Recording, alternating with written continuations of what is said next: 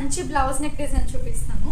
ఇది వచ్చేసి సారీ అన్నమాట. ఇలా ఫ్లవర్స్ ఇంకా మంచిగా దీన్ని ఏమంటారు, పాలపిట్ట ఇలా light blue sky blue colour ఇలా పాలపిట్టలా వచ్చిందనమాట.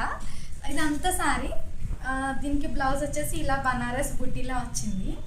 కస్టమర్ నాకు ఏ నెక్ డిజైన్ సెలెక్ట్ చేశారో చూపిస్తాను. ఫస్ట్ ఈ డిజైన్ అయితే సెలెక్ట్ చేశారనమాట. ఫ్రంట్ ఇక్కడ ఎల్లో కలర్ ప్లేస్లో నెట్ వచ్చింది అండ్ ఇది బ్యాక్ నెక్.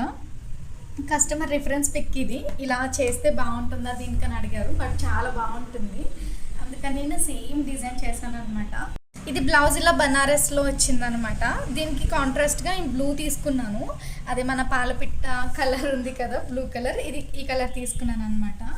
కస్టమర్ పర్పుల్ అడిగారు, బట్ ఇది డార్క్ వైలెట్ ఉంది, పర్పుల్ సెట్ కాదేమో అని నేను బ్లూ తీసుకున్నాను అనమాట.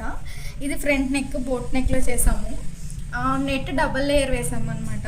చాలా బాగా వచ్చింది, యాజ్ ఇట్ ఈస్గా వచ్చింది అనమాట ప్యాటర్న్. ఇది బ్యాక్ నెక్ డిజైన్.